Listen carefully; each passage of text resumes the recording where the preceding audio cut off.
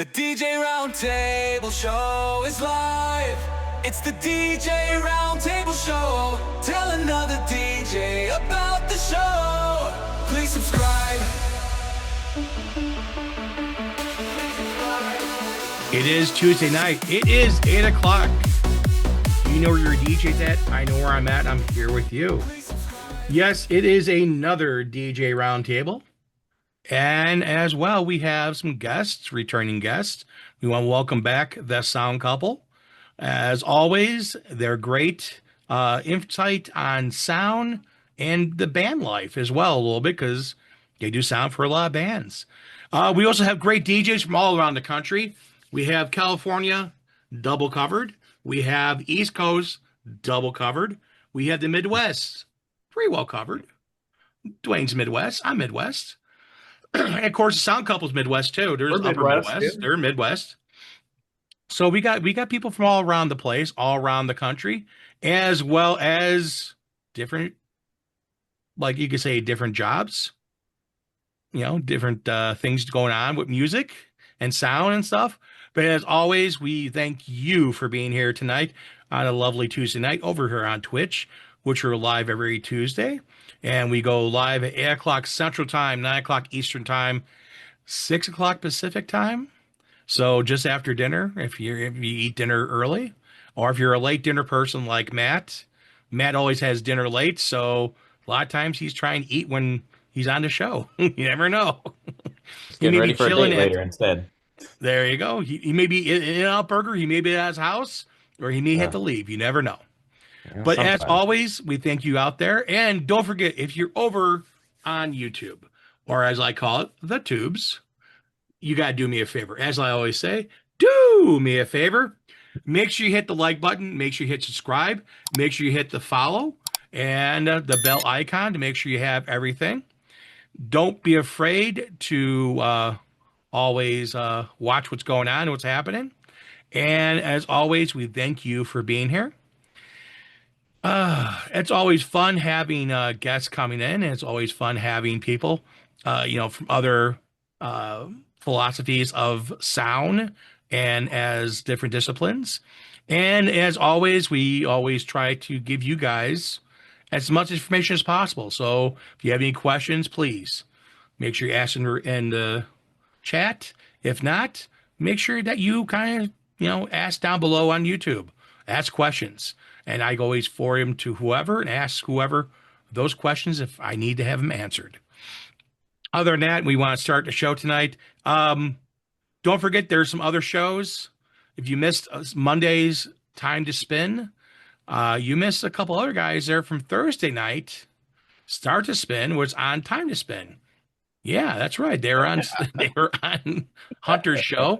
Don't forget, on Thursday night also, Dwayne has his show with Mikey Mike, which I haven't seen Mikey Mike say anything in the chat. He always has a bunch of different people coming on his show as well, which is always great. And we have you out there watching, relaxing, chilling, and enjoying this beautiful Tuesday night. Some places are cold, some places are warm, some places are hot. Hopefully you have a good drink, sit back, relax, and enjoy. Don't forget to watch those shows. Also, Wednesday night, don't forget James King is tearing it up over there talking about all his stuff. Be greatly appreciated that you're over there as well. And Sundays, I've been watching another show on Sundays, live show. I watched it a couple of times. James is on with a guy from Canada. And very interesting. Always trying to learn more and try to see what's happening. And hopefully you're over there in the chat too with me. So with that said, let's continue on and get going on stuff. As always, I like watching stuff, and the Sound Couple just released it's a long video, but it's a good video because it's a lot of behind the scenes stuff that was done this past summer.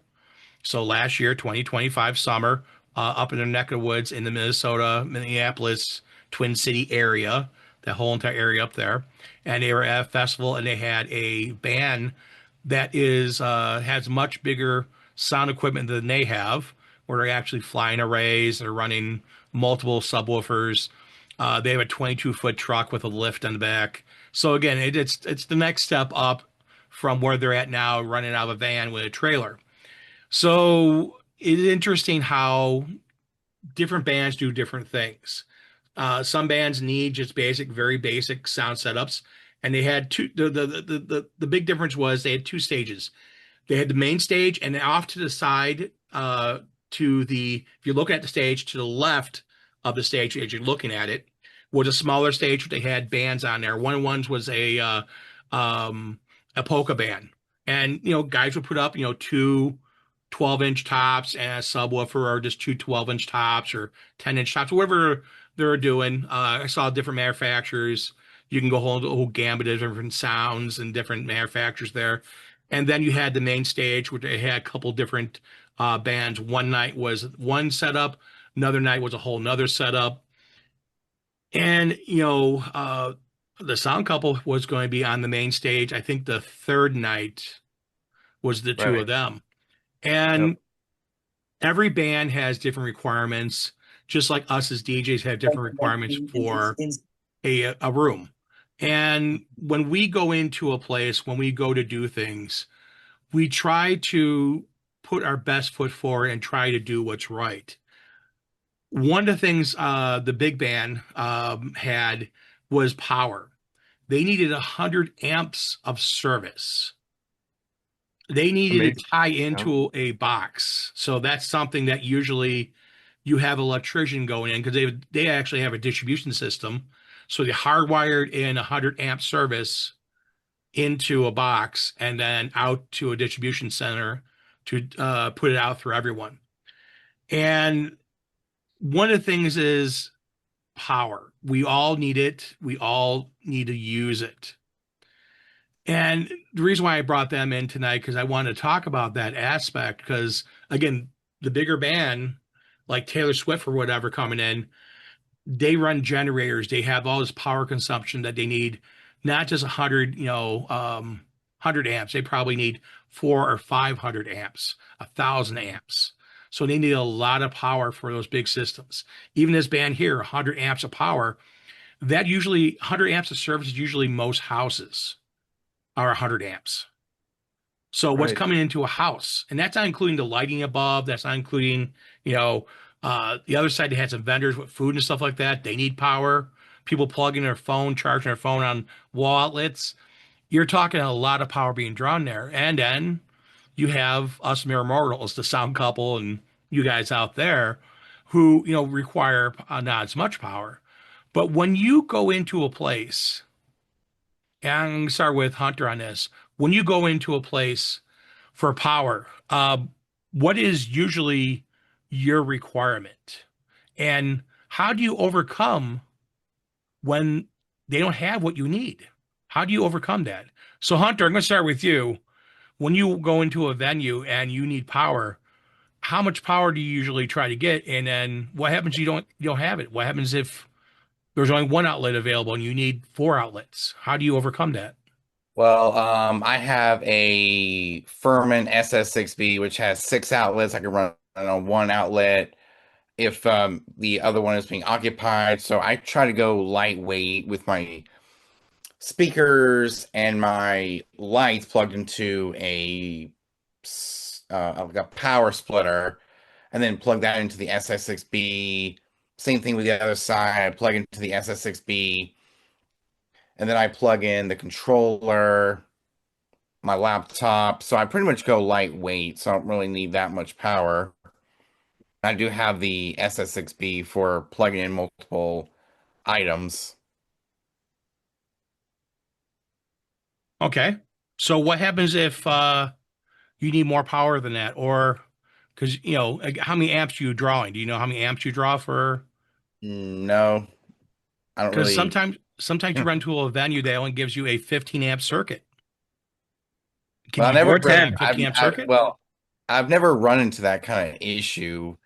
I've just been fine at all the venues I've DJ'd. Okay. So I don't really. A certain level of trust you can have depending on the venue. If you're going into a place like that has entertainment on a regular basis, I think you have a little bit more assurance that the power is going to be fine. Well, I mostly DJ at like schools and wedding venues, and sometimes they don't really require, I don't really require that much power for all of my DJ equipment. So I'm going to go to Matt, who has a big setup, and you need multiple outlets. You need multiple power because you're running L acoustic subs, you're running amplifiers, you're running, DSP systems, you're running all the support equipment you need. On average, how many outlets do you do, and what do you do when they don't have the outlets or the power that you need? We shoot them. uh, let's see, what do we do? We say, did you read the contract? But a lot of times I bring tons of extension cords and I have a circuit queue, which shows me which is on separate sides of the breaker box. So that's come in clutch. But typically for my big setups, we'll need like 4 different circuits. So we do the CO2 on its own. We do half the lighting or half the sound on one. Usually if it's the subs like the L acoustics or the case or the dual 18s or 21s, we'll do that on one. Then we'll do the speakers on another, and then we'll do all the DJ and lighting on the last because none of that takes too much power. So usually 4 circuits is ideal. And then if we have Dancing on a Cloud, that of course needs its own. Um, if we're using the hazer, that apparently takes like 10 amps just by itself because it's a super powerful hazer. So that kind of needs its own. But I could plug that in anywhere in the venue. It doesn't have to be nearby. So that makes it easy. So we will check with them ahead of time. So if it's a big setup and I need more power, like I will contact the venue and make sure of it. By now, we've been to most of the venues that we do big setups at, and we know what they have.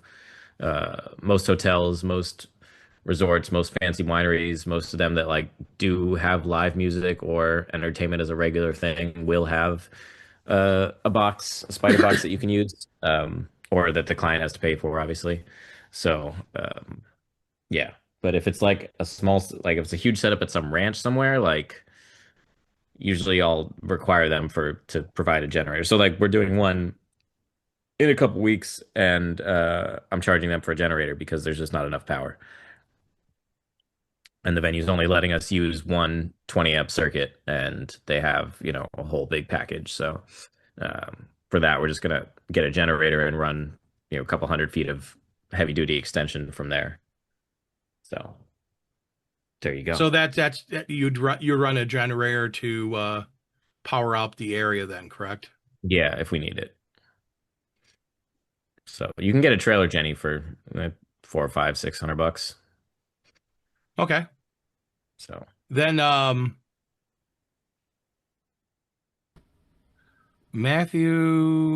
DJ Matthew, I'm not sure who you are. Asking for a Zoom link. no. Anyways, the big thing is that you run into venues that give you sometimes one outlet, and again, you're running into a generator, you're able to do that. But when you're inside of a building and they do that to you, then we run the generator outside and run cable inside. Yeah, I just run cable inside. So we've had to do that once. Do you carry a multimeter with you? No, I don't carry a multimeter. I just assumed the power is going to be good. See, I have a multimeter. Yeah, Joe, I'm kind of like Matt right there. I trust my instincts that the never trust your instincts. You always check. Joe, I know you have a bigger SEP a lot of times. What about you with power? How do you handle that? That's a great question. This weekend I did an event where they had an LED dance floor, and they had to run power to 2 different wall circuits. They were not labeled, and I asked the guy, "Are these separate circuits?" And he says, "No."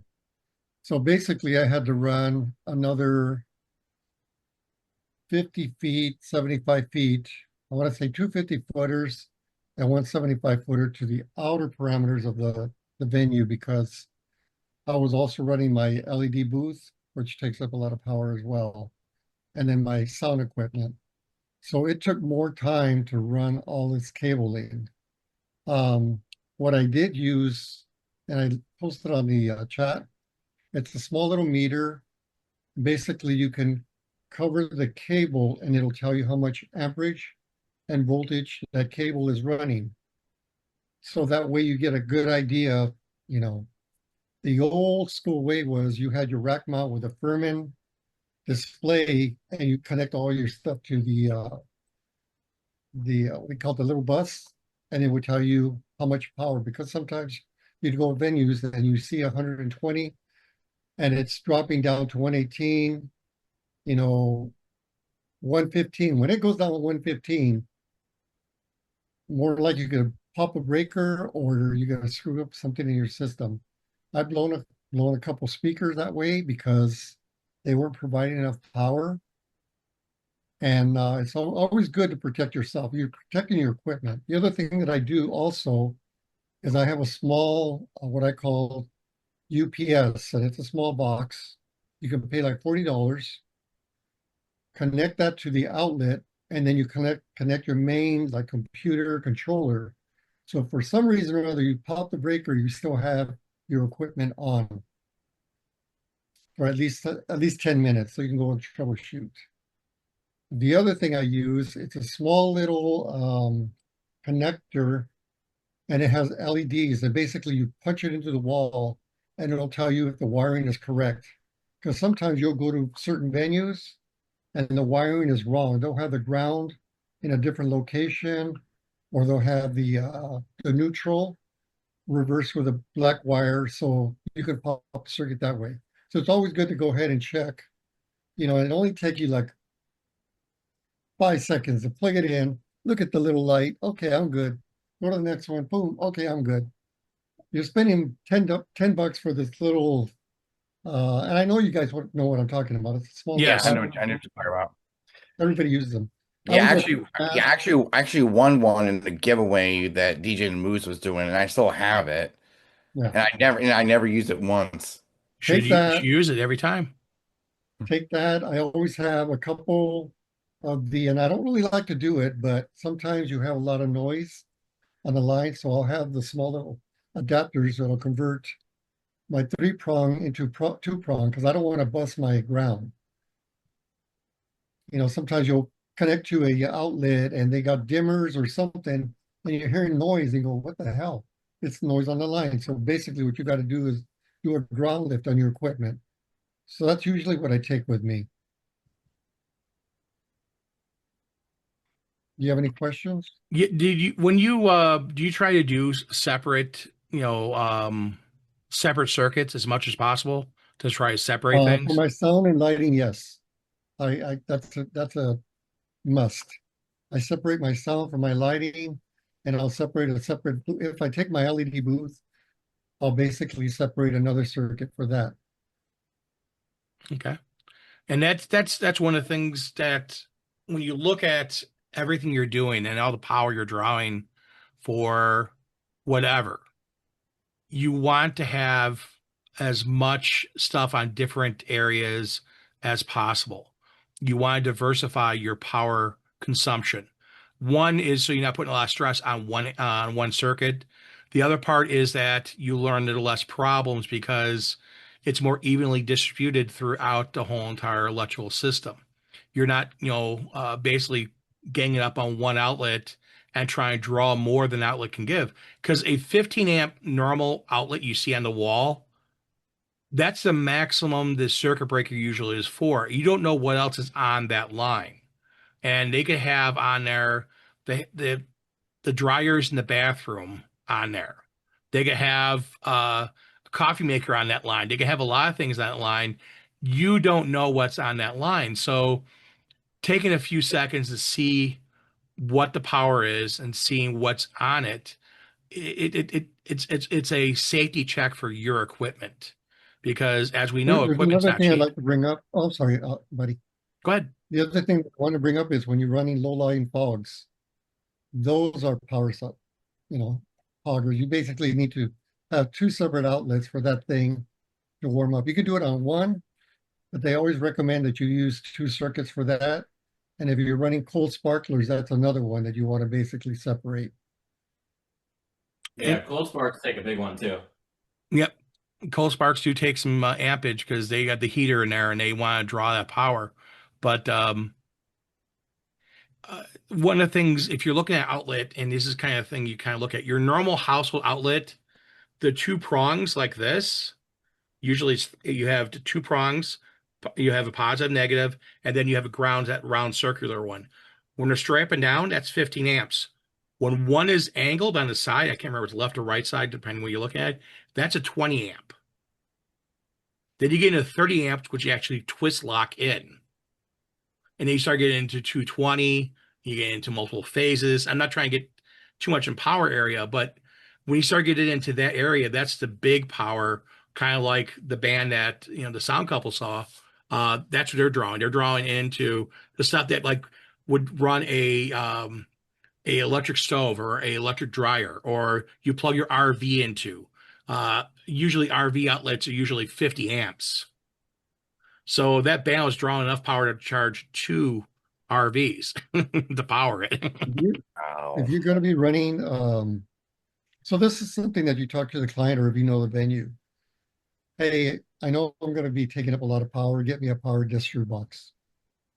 That way you can separate all your power.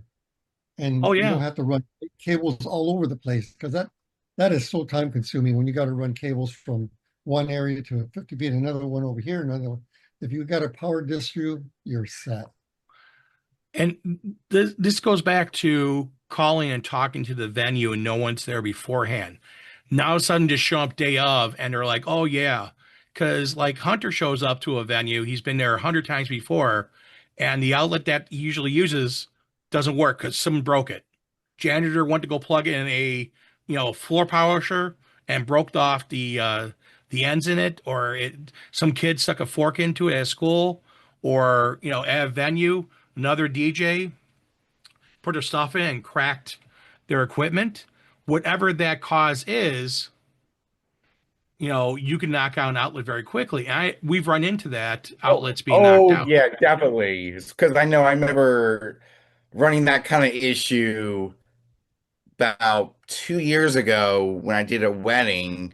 An outlet that I used to plug into didn't work, so I had to move my DJ setup to the other side of the barn because there's 2 barns side by side, and I got to go to the other barn to plug in because that's the outlet that works. So why not just run an extension cord over? That's too much work. Yeah, too much work, and I didn't have the long enough extension cord that day. I didn't feel That's like, yeah, I that didn't feel like you gotta have that. I didn't feel like going all the way back to my house, go to my garage, get the long and my Well, you 100 should have it foot. with you. You gotta have that stuff with you. Always be prepared. Oh, I'm sorry, you can't connect to this outlet because we have a coffee pot here. How many times does that happen when you go plug into an outlet and there's something else plugged in there, be it fairy lights, be it whatever else the facility is doing? How many people here, how many DJs here have run into that where they go to plug in stuff and there's something else plugged into the outlet? Yeah. Yeah. It happens quite a bit. And that's why you need to have extension cords. The other thing also, the longer the run, the thicker the cable because less resistance. If you go over 100 feet, you start going down to really thick cables, lower gauge numbers. The lower the gauge number, the thicker the cable is because you get more and more resistance. Resistance creates heat and lessens power going to your stuff. So you're trying to do a 200-foot run, you're going really thick cables. I mean, you need to.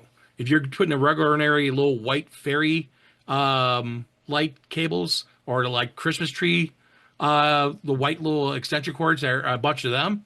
No, there's tons of videos on YouTube of bands, and again, it's sound couple area, using those little white extension cords, trying to run amplifiers and stuff, and then the white cords catching on fire. Yeah, that's not something you want to do because you're drawing a lot of power through it, and they're not designed for that. Before I go to Dwayne and Before Jeff, you go any further, where's everybody's green? besides, I think Bart has a green hat on, but Yeah, a little bit. it's St. Patrick's Day. Where's everybody No, green? It's in me. I'm Tomorrow. part Irish, my dad's side, so I don't need it. Oh, I Very wore absently green. Irish. Yeah, I My- wore green, but I just took a shower, so I wear black. didn't- I'm a I did- DJ. I did have. DJs wear black. I did. Black. I don't wear black. I wear very colorful shirts. I wear. See, I wear black. I like to stand out. But Anyway, continue. there you go. There's some money. There's some green. $100. There you go. There's some green. I wanted to go to this. Yeah. I want to go to the sound couple, because again, their power consumption, their power needs are a little bit different than us. And again, I know they had the Pacron, which helps out. They've used plenty of times, and I actually had to use my Pacron yesterday morning because 5 o'clock in the morning it was 5 o'clock. Went to the bathroom, met Tracy in the hallway. She was coming back from the bathroom, or I was going to the bathroom. Met her in the hallway. I was going back to bed, and went to the bathroom. She came back, and all of a sudden, I'm laying there, and there's no power. All of a sudden, and we both like, what the heck's going on? Our dog was like, what the heck's going on? Because all of a sudden, there's no light, no nothing. She grabs hold of her phone, trying, use it for lighting. Go like, did the circuit breaker pop? Something happened? No. The power went out. Monday was a snow that came through here, so she was working from home because she's like, the roads are probably crappy, so I don't want to deal with it early. So she stayed home. So she was working from home, and we had no power because the power company cut the power to repair something. So we had used our Pacron for I want to say hour and a half to almost 2 hours. Went through 10% of the battery, not much, but I got that because of the sound couple and because of them using it at gigs. So that could be a option for you. And we always keep it on our van if we're going to a gig. It's a nice option to have as backup. So I want to go to Bart and to Stacy and ask them, because Stacy does a lot of lighting and she does a lot of the setup. She's a beast. And then Bart is her assistant. So he assists Stacy. Boy, buddy, this is going to be an interesting conversation afterwards. Anyway, continue, because she's her just, If you guys have not watched them, you guys have not watched them on YouTube. They're awesome. I always love it when they're driving in their van. And you guys kind of screwed me up in the last one because it was Bart in the passenger seat and Stacy was driving. I was like, wait a second here. I do allow her to drive every now and again. You should be driving her. You need to take care of your wife. I usually drive the van more than Tracy drives it, just because the fact that it's just easier. But when you deal with power and stuff like that, how do you overcome that? And when you run into problems, and again, I've seen this in your shows, you do have run into problems at venues with power. What's a big thing you do to overcome that? Well, first of all, I think we try to avoid that situation from happening. So the production writer, we have it pretty set and pretty explicit as far as what the minimum power requirements are and what we're able to accommodate. So as far as like the if it's an outdoor, usually if there's a generator involved, we have the specifics of that. We have for all other types of gigs, we have the ability to go 220 into our distro. We have a video on that, and then we just have outlined the number of circuits that we need, a minimum circuits, and I think it states 4 to 6 depending on the size of the system. So really, I think we try to relieve ourselves sort of as much as we can that responsibility. So if we show up, it's like, hey, we said we needed this and you don't have it. And then it starts kind of a whole nother conversation. Hopefully that goes well. But the other thing too, I think that has spoiled us, and maybe some of you guys have been doing this a while, power requirements on the newer equipment have really decreased. I mean, prior to LED lighting, the old par cans used to take a lot of power. When we were running power amps, all of that stuff, power was like really, really important sometimes to understand. And honestly, I think we've done shows now on one circuit, if I had to guess, that we've been able to get by on one, maybe two circuits. So I think I've kind of become I'm less concerned about power for just like say a wedding, for example.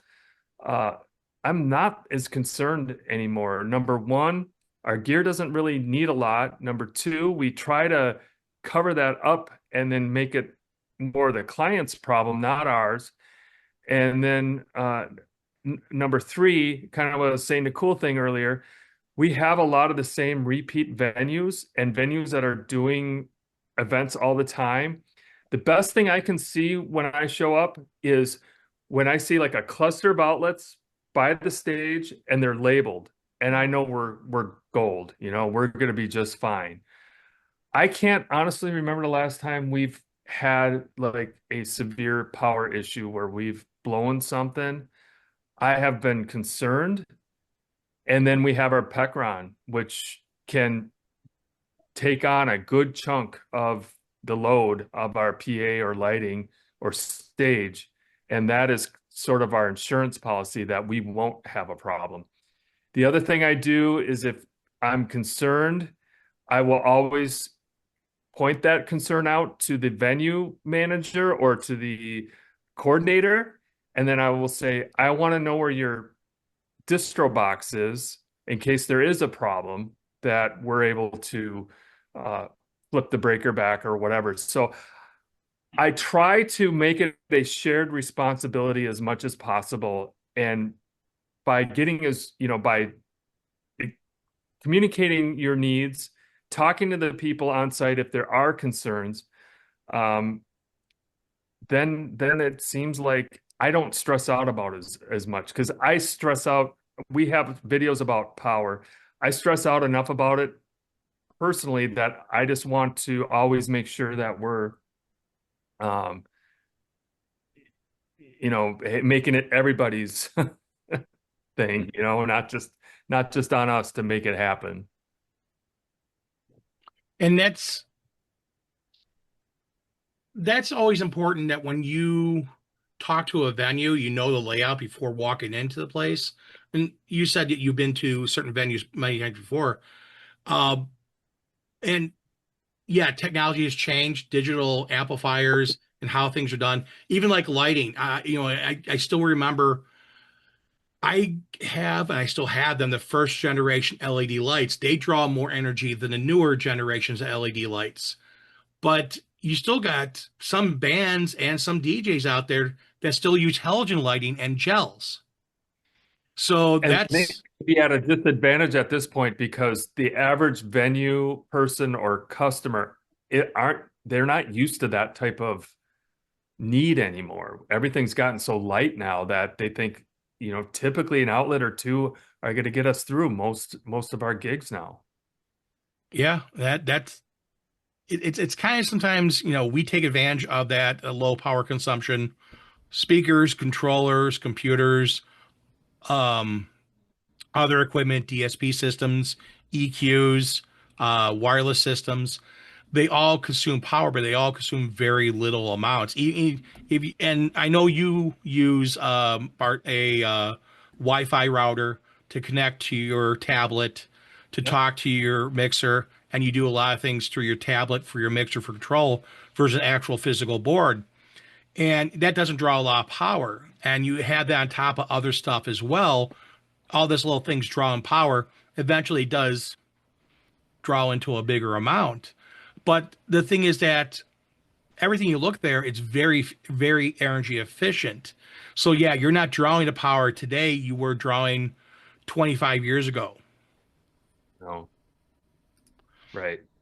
And that's a, and that's not a every good thing. circuit's the same either. That's I guess another point that I was thinking. It's like sometimes you'll have a 15 amp circuit, but it could be, if your voltage, I think like Joe was saying, you could have it for anywhere from like 125 down to 110, and you can't you can't control that either. But There's some of these venues that I like to mention that basically are old as dirt, and they've never really um, upgraded their power. So you're working with plugs that are basically worn out, and they just can't handle power like they used to.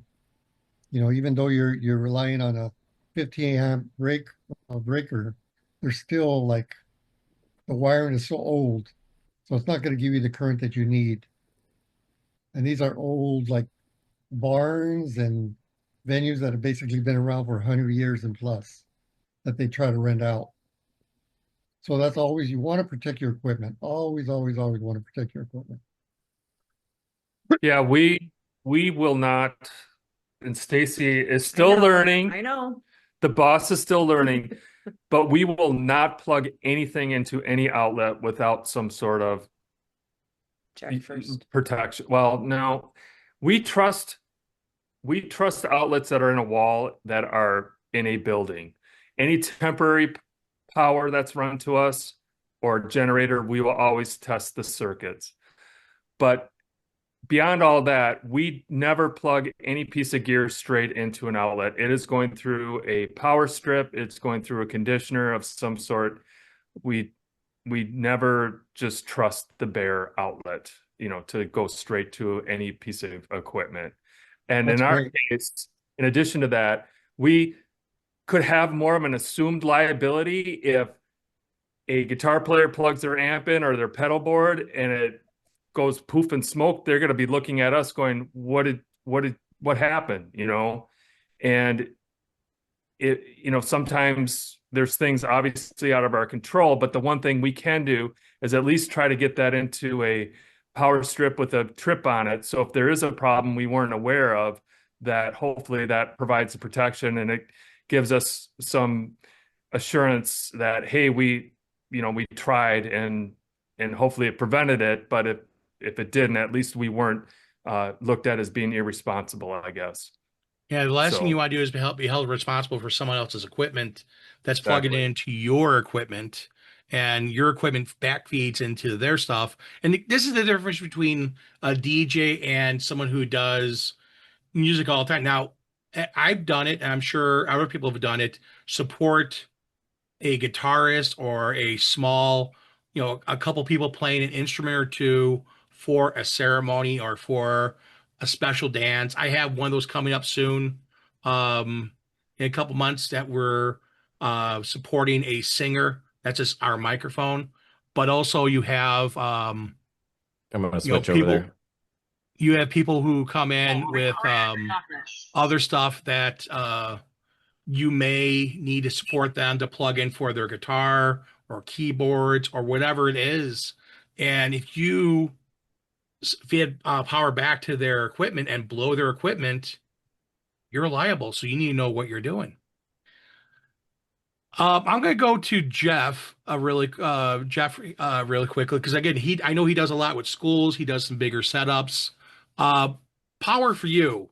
What do you usually try to look for? And if you run into a situation you can't get power where you need to, what's your go-to stuff you do? Well, if I'm going into a new venue, first thing I ask is, to speak with somebody that knows something about the building. And if they don't, then I do a lot of research. But usually, if somebody knows, where the breaker panel is, that's a good start. Second, I ask if whatever is on the lines that I'm plugging into, if they know. If they don't know, then, we just experiment, I guess. But usually I run two 15s. I run a minimum of two 15s for most everything. If I'm running my 3 subs, I'll run at least 120 amp or a third 15 for most of those things. For me, my standard setup is two 20-foot, I think either 15 or 20-foot, 12 gauge cables, and plugged into those, I've got the the Triplite isolated filter surge protectors, and they give a good good healthy dose of surge protection, and they somewhat filter the power. I've never had a problem with those, so I run one on each circuit, and then I will split everything onto those two circuits. It's overkill for what I'm running because the majority of my lighting is battery, so it's really just the speakers and the subs are the main draw. If I'm running the two big moving heads, they are a little bit more of a draw. They're a couple of amps each. So anyhow, it's basically most of the schools and most of the venues that I plug into, I've been there before, so I know what's going on. I know where the outlets are. But if I do run into a situation where it's only one outlet, if it's a 20, I'll probably be fine, unless I'm bringing a bunch of subs. If I have to run an extension, I do. I've got 3 100-foot 12-gauge extensions, which I always throw in the Suburban just in case. I rarely have to use them. The only time I've really used them is when I'm on a field for one of the elementary schools, and I have to run a 200-foot drop, to one of their trailers to plug in to I think it's a 20, but I have to run that to get all the way up to the top of the field where I'm DJing. So that's usually the only time I have a problem. The one problem I had, I was DJing at prom, and it wasn't at the school, but the venue had two places to run the cords, and they both go to a wall, and there's an outlet on each side of the wall in the back room, which is basically the kitchen. And on one side, I plugged my drop in, and it just fell out. It was so weak, it wouldn't even stay. You just stick it in, it just falls right out. It was 4 feet off the ground. So, so I got duct tape. I got a lot of duct tape, and I duct taped that sucker to the wall. And I hate when it doesn't stick right in. It held fine, but God knows, what that circuit was trying to tell us. It had been used and overused and abused for 25 years, and you get that occasionally. It happens, but you do the best you can, and so that's where filters and surge protectors really come in handy. One little trick for that, for plugs that won't stay in the outlet, you can just take like a pliers, grab each prong and just kind of bend it out a little bit, and that's something we've done that's saved us. That's just a red flag that plug needs to be replaced. Yeah, I use gaff tape and just tape it into the wall. You still look at it this way. You're still not making a good connection, basically, on the outlet. Right. Even though it's falling out, you're not pulling out the right amperage. You're still making a bad connection. That's bad for your equipment. There's you might bend the leads a little bit, but that's a red flag to me. There's actually a little plastic item. I have them. They actually go into the outlet that will hold the plug into the wall, and it does help for certain venues. I actually ran into that. Was it last year or year before last at a venue? The outlet plugged in and boom, fell right down, and I actually split out the prongs a little bit so they fit better into the outlet, and that helped. But a little gaffer tape as well. And Jeff, I will say that I know you also had your previous career working in television with cameras and stuff, and usually a lot of stuff is battery operated. But did you ever run into that needing power when you went to record on a scene or anything like that, or a site that you had to go to, or just? No, I mean, in the past, recent memory, everything's battery powered. You walk into everything is battery powered. In the old days, your lighting was plugged in, and I did one little story I'll give you. I plugged in a light.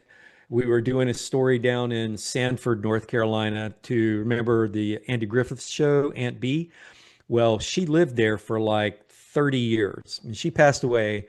and the new owners were living in her house. My cat. The cat's got their Um, putting their 2 cents so, in.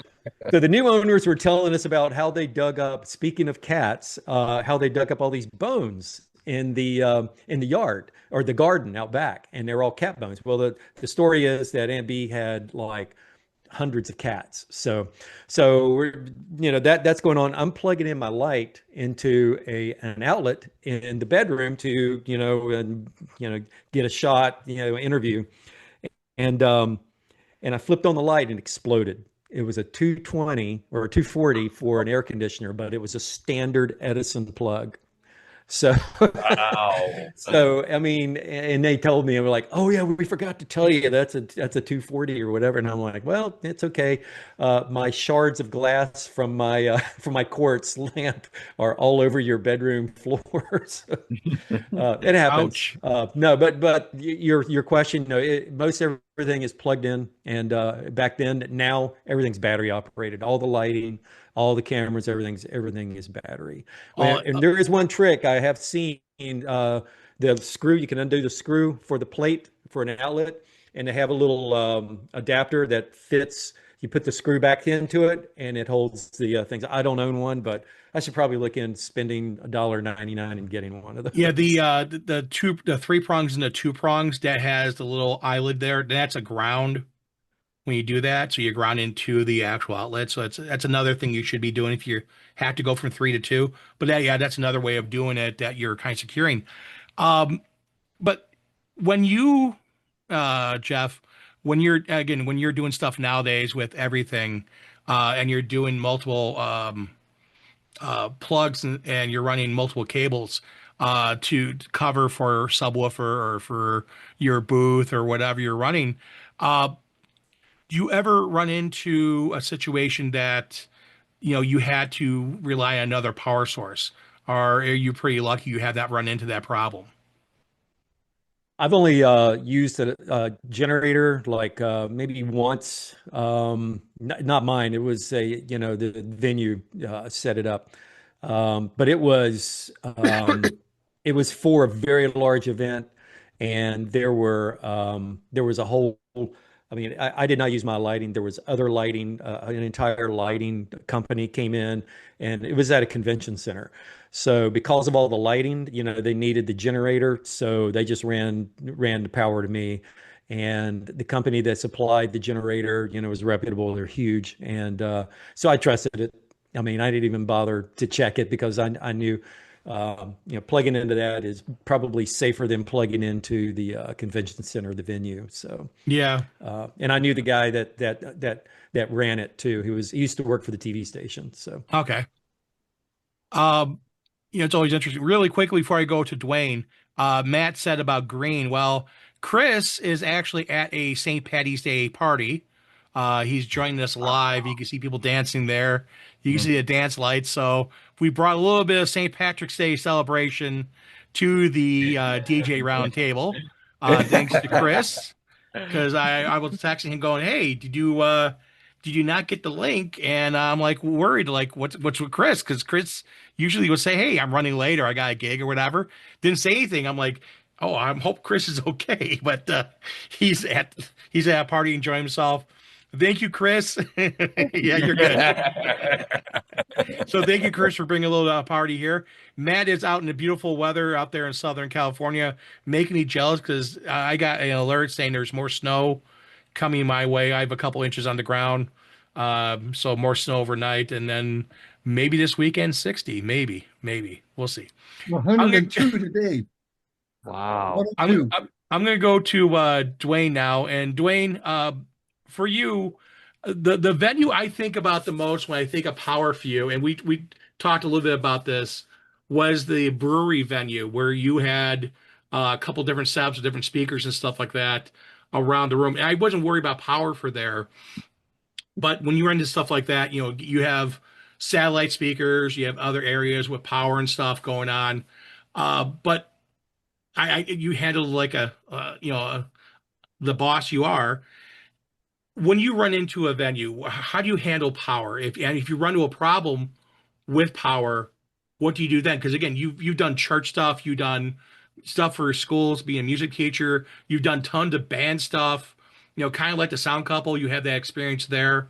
But as, either as a band, leader or as someone does sound for a band or for your DJ career, when you run into power problems, what's your go-to? What do you try to do? No, first of all, like most of the venues that I go to already have had like entertainment there, being a DJ or live musicians. So the first thing I do is I'll always ask how many outlets there are in the room that I'm going to be at, and where they're going to have me set up. Am I going to be next to one of those outlets? So therefore, they'll let me know if I need to bring a extension cord or anything. Other than that, most of the times I do a site visit or I call the venue ahead of time. And if they ever had a group there that possibly could bring in equipment that'll blow a fuse or anything, the venue will let me know ahead of time. So they'll ask me what kind of equipment that, I'll have and all that. So that happened a couple of times. And then therefore the site person's always there. But they still showed me where the fuse box was, but pretty much the equipment that I bring doesn't really overload the circuit. Then also, I always bring I think it's a Roby. It's the Home Depot green version power generator, the battery generator. So I always have that with me. And then other than that, I just make sure I use my Furman. I have the Furman outlet with the, I think it's 6 or 8 prongs, black box with the fuse switcher, the cutoff switch. Then I also run a lot of my stuff through my Furman rack mount. So that's also with switch. It's something, if there's an overload, it'll kick off and won't damage my equipment. And then other than that, after talking to you way back when, I got one of these little outlet tester things. So that's something I use. And then if I notice there's like hold that up again, Dwayne. Hold that up again. I got this from Guitar Center, the Yep. Guitar Center one. Let me. Wow. Klein Tools. That's the one. That's a good one right there. It'll tell you what the voltage is. It'll tell you if it's good or not. And you can actually see before you plug something in, if you have a steady ground, if you have steady power, if it's the right, not only is it the right voltage, but the right megahertz. And that's the other thing, is that you need to have 60 hertz is our power. If you drop down that hertz, change the hertz, that can actually affect your amplifier on your speaker. That's not something you want to do. So it is really good you have that. And I have one of those. And it's kind of funny because this past weekend's a venue we've been to before, but I always just have it, do it, because I don't know who was there before, another DJ, band, whatever. And one of the outlets that Lou, one of our employees who went up to and checked, he goes, I plugged in, it's come back 100 watts. I'm like, 100 watts? He goes, 100 watts. I go, you mean volts? He goes, yeah, it's 100. It says 100. I'm like, not 120 or 119 or 121. He's like, no, it says 100. So I went over there, plugged it in. Sure enough, it was only 100 volts coming out of the outlet. So I'm not going to use that outlet because there's something wrong there. Because everything else is 120, 119, 120, 121 within that frame. You're good. But yeah, it's always scary. You don't want to do that, and that's very smart. Wire. It was miswired. Did you let the venue know then, buddy? Yes. Did you tell- Oh yeah. I told the owner, I'm like, hey, that over there, only 100 watts coming out of it. There's something wrong with it. And they were like, oh, I put a piece of tape across the front of it, some gaffer tape just right across the front to make sure no plugs into it, and then told the owner.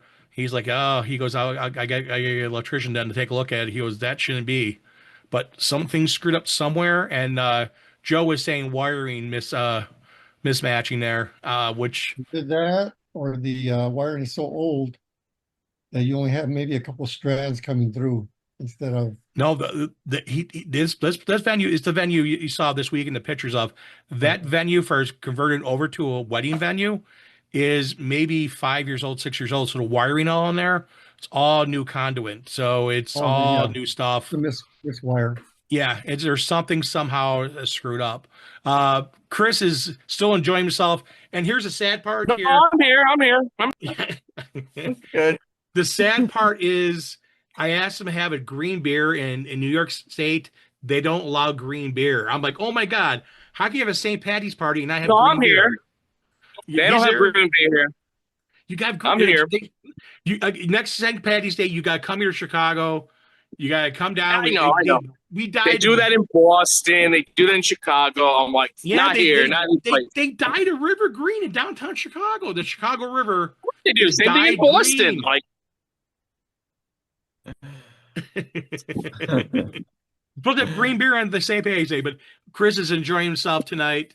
It's always good to have him here. Matt is enjoying. I'm Still here. hopefully he's enjoying I heard some of the dinner. questions. Oh, he's got a drink. I got boba. There you go. Boba. Oh, man. There No you go, some Bobas boba. on freaking St. Patty's Day. There, Chris, thank you so much. Thank you for sharing some St. Patty's Day love there, and enjoy your St. Patty's Day. Enjoy your adult beverage. There you go, some Guinness. Oh yeah, you got Guinness. Don't bring it in. No Guinness. Oh, you All right. got some Guinness, man. I'm going to go back to So the what's the sound couple. question for tonight? I'm going to go back to the sound couple real quick because I got to ask Stacy a question because Stacy does a lot with the lighting and stuff like that, and we talked about this a little bit before about lighting the dance floor and stuff, and I notice some more lighting going on to the dance floor. Is that a new move you guys are doing now, or are you guys still? I know the focus point is the stage, but I'm also we were talking before about this and then brainstorming is a little bit lighting more on the dance floor to get the people out there dance a little more. I think I need to answer that Yes. question because I do all the back end work, buddy. Okay. And if you see that coming from us, that is an upsell package that the client wanted. And I don't always share that with her. It's just, here's what we're doing. But yes, so if our main focus is on the band, but it is the producer of whoever's the band they have the primary organization we work with has producers and they offer package and that's an upsell and we will get paid. And actually we are investing in some uplights and I think we have at least 2 or 3 weddings this year where we're doing uplight upgrades or upsells packages and more. We got at least 2 with dance floor lighting that they want. So there you go. We're joining the club. Yeah, we get you guarded the cool kids club. Exactly. It's one of the things that a few extra dollars in our pocket. So that's good. That helps pay the bills, man. But again, I wanted to also ask your wife, since you're the one who, again, handles a lot of times the lighting and stuff like that, and you do a lot of the other fun things there with everything. When you do lighting and you lighten the stage and stuff like that, is you try to do 1 light source, or you try to do 2 light sources, or try to do 3 light sources? Like 1 tree, 2 trees, or 3 light trees. Depends on the size of the stage. Yeah. Are you talking like as far as like front lighting and back lighting and backlighting, front lighting? Definitely the size of the stage. What's your goal? Your goal is to do just try and do as I know as necessary what covers, but is your goal at least do a minimum of 2 or is it minimum 1 or minimum 2? Well, I would say minimum. 4. We try to do 4. Yeah, the 4 4 corner lighting as a minimum. That's kind of our like base package, I guess, if you wanted to put it in those terms. Well, again, your lighting always looks awesome. You always have this. The band always looks awesome, and it's both you guys working very hard at, and it's always appreciated. A couple questions really quickly. Kevin New Picard was asking about the speakers that you got that you kept with the PreSonus speakers, and you got the 2-ways. And did you not look at other brands when you looked at the 2-way speakers and the separate subwoofers, like the RCF or QSC, JBL, EV, or anything else? We did not. And the answer to that is because we PreSonus did offer those for us to evaluate, so we weren't like looking for a new solution. But once they came to us and said, "Hey, would you guys be interested in looking at the XD Air speakers?" I always, sometimes it takes a little bit of that, like, trigger to go, it would be maybe it would be kind of nice to get an updated offering, lighter for sure, and smaller. And once we started looking into it, it just it started making more sense. So it wasn't something we were necessarily like a problem we were looking to solve. It was just more of the timing. They asked us if we would like to take a look at them, and we did.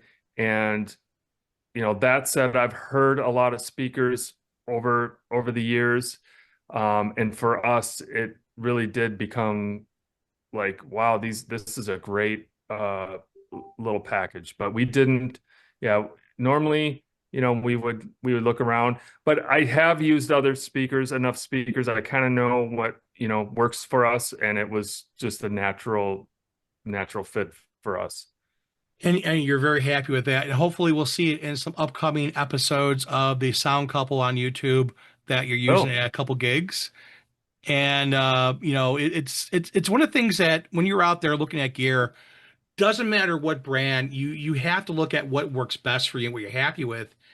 And when you go into a manufacturer, again, you're used to a certain manufacturer. Again, I have a lot of RCF stuff. I have a lot of JBL stuff. I have LD, I have DB, I have these different brands, but I try to have what works for what I'm trying to do. And that one brand always has everything, but it's always good if you can find the same manufacturer you're happy with something else. And those 12-inch tops that you got look very interesting. And they kind of remind me of the LD Systems ICOA speakers. Mm-hmm. They look very, very close. So the ICOA has a lot of people talk about them. They love them. QSC, the K12s, people love them. So I think you're going to probably love those PreSonus 12 inchers. And right, they're on. Well, they were. I'm talking as of a week or two ago. They were $100 off their regular price, and it's like, my God, for $399 or whatever. It's like, well, it's PreSonus, so I mean, you need somebody like you to make them sound good. There we go. That's what I was waiting for. Sound engineer right there. You got a sound engineer. The rest of us can't. The rest of us are not going to open the box and say, "Damn, these are good sounding speakers." Yeah, maybe. You never know. PreSonus says I don't think I've ever heard a PreSonus speaker in person besides at NAMM, and it sounded good at NAMM, but they do all sorts of processing and such for that. Well, and again, Bart and Stacy, they do a lot of that processing. So yeah, even I might look into some PreSonus for my garage setup, and I wouldn't find some on Amazon. The thing that I will always, whether you like them or you don't, the thing that I will always say is something they do that not everybody does, and I think you were talking a little bit about it on the last show, is that where they live, they have service. You're going to get somebody that's going to pick up and answer the phone if you have a problem, or put in a service ticket, and they're going to back it up. They're going to get it right, and that's, I think their base warranty is like 6 years. That to me is a big deal. Maybe not to everyone, but that back product is a big deal. Where there's so many manufacturers now, good luck if you have a problem. Yes, and that's the thing, is that any manufacturer you look at, you also want to look at what you can get repaired on and serviced on it. And I know PreSonus is one of those companies. That's why I spend the money I spend on equipment, because when you go to a big brand and they have a support network when something happens, it helps. And their Facebook groups, I mean, they're on there, and the guys, you have a problem, there's people responding in minutes. Oh, give a ticket. I'll start taking a look at this. If they're having issues, I mean, I just think they, really try to, as best they can, You know, all these companies are scraping for every nickel, squeeze every dime of profit they can out of this stuff. And I just think that there are still a lot of good people that are trying to do the right thing as best they can, and that's not just because I know some of them. I mean, go on their Facebook groups. It's all over. And that's just employees and other people that are, trying to make sure everybody's happy with the products. It's good that you support a company that supports you as Yep. the end user, and you are supporting the bands that you're servicing. We're supporting our clients at an event, be it a quinceanera that Matt or Joe's going to do, be it a rockin' wedding that Dwayne's going to do, or a school dance Jeff's going to do, or a garage fun time that Hunter's going to do, or a bar with Chris is doing right now. It doesn't matter what the event is. Whatever we're doing with that equipment, we want to make sure we're supported very well on that. And Kevin is they're 132 SPL, regular are like 124 SPL.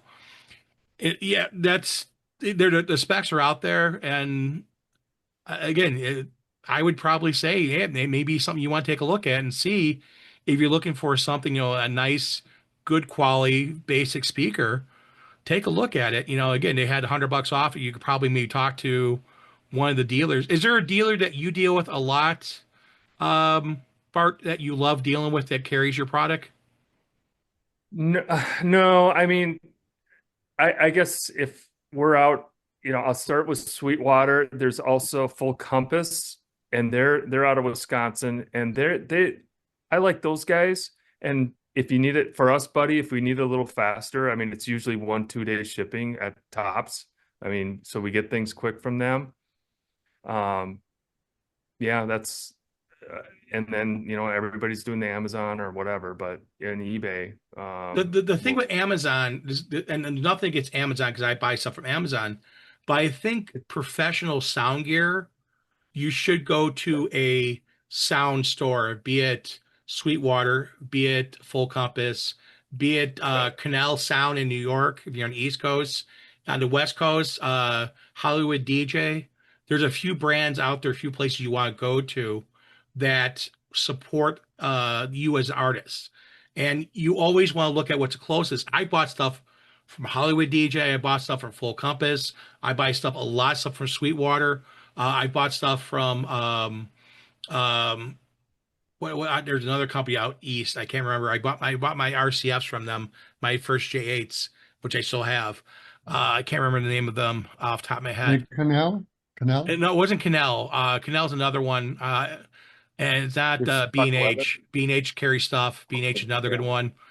But when you look at those stores that support us as DJs, and again, in Minnesota, I would also reach out to NLFX Pro, especially with cables. If you're looking for cables, get a hold of them out there. They will custom make you power cables, XLR cables.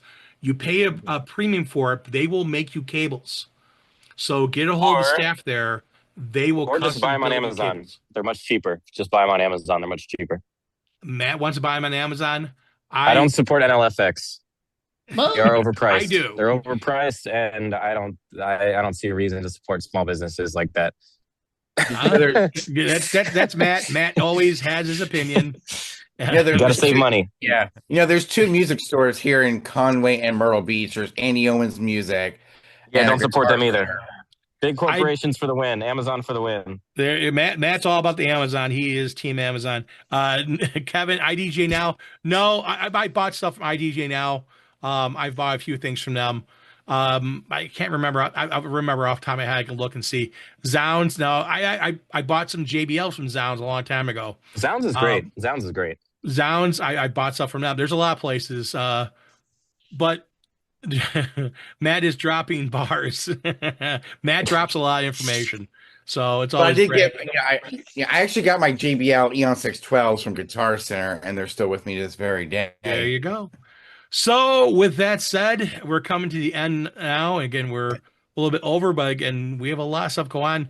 I want to thank the Sound Couple for coming out tonight. We're going to continue to chat afterwards in the after party that we usually have. We usually talk and have a lot of information. And I'm sure Stacy's going to probably put her feet up and have champagne and relax while Bart talks gear, because Bart's a gearhead like me, as well as everyone else here. And I want to thank you guys all for watching out there, for taking us out tonight. Dwayne, you want to do the honor, sir? All right. I'd like to thank everyone for joining us here on the DJ Roundtable Show. I hope to see you all next week. Take care and have a blessed week. Peace. Thanks, everyone.